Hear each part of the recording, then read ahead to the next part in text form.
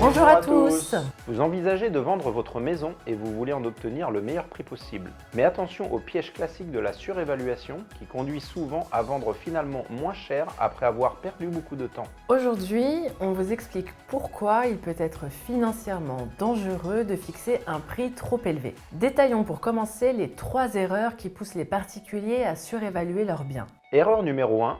La valeur affective versus la valeur de marché. Vous êtes attaché à votre bien et il est naturel de chérir les souvenirs liés à votre foyer. Cependant, vos émotions peuvent gonfler votre perception de sa valeur. Votre partialité vous empêche de déterminer la valeur marchande de votre bien. Deuxième erreur, inclure une marge de négociation dans votre prix. Vous croyez anticiper les offres, mais en réalité, cela peut éloigner les acheteurs potentiels. Il est faux de penser que tous les biens se négocient, parce qu'un bien qui est à son juste prix se vendra sans négociation.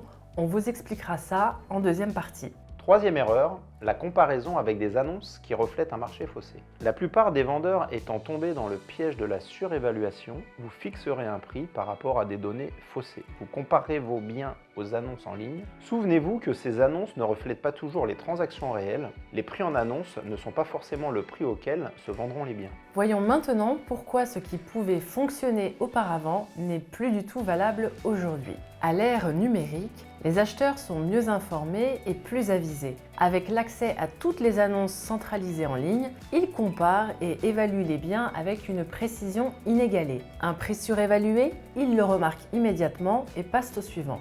De la même manière, un bien à son juste prix se démarquera de la concurrence. La comparaison jouera à votre avantage et les acheteurs accepteront très vite de payer le prix demandé de peur que le bien soit vendu à des personnes plus raisonnables. Votre stratégie? Être réaliste et compétitif dès le premier jour de mise en vente. Autrement, vous risquez de vivre le scénario catastrophe d'une vente ratée. Vous surévaluez le prix de vente au démarrage et vous manquez l'effet booster de la nouveauté qui est un super levier pour vendre rapidement et sans négocier car il déclenche un sentiment d'excitation et d'urgence chez les acquéreurs. Les biens surestimés attirent moins de visites et se brûlent sur le marché.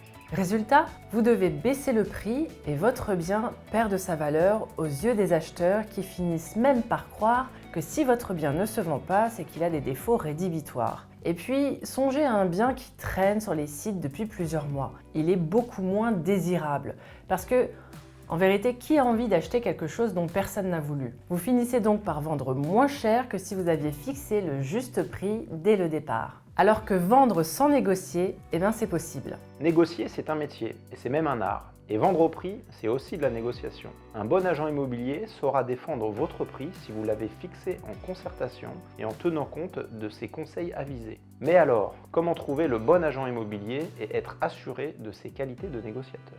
Pour trouver le bon professionnel, posez des questions. Soyez curieux et faites-le parler. Interrogez-le sur ses statistiques. Taux de vente au prix, taux de marge de négociation. S'il ne les connaît pas, c'est qu'il n'évalue pas sa performance, donc gros warning. Et si vous voulez une arme magique, écoutez-le défendre son mandat exclusif.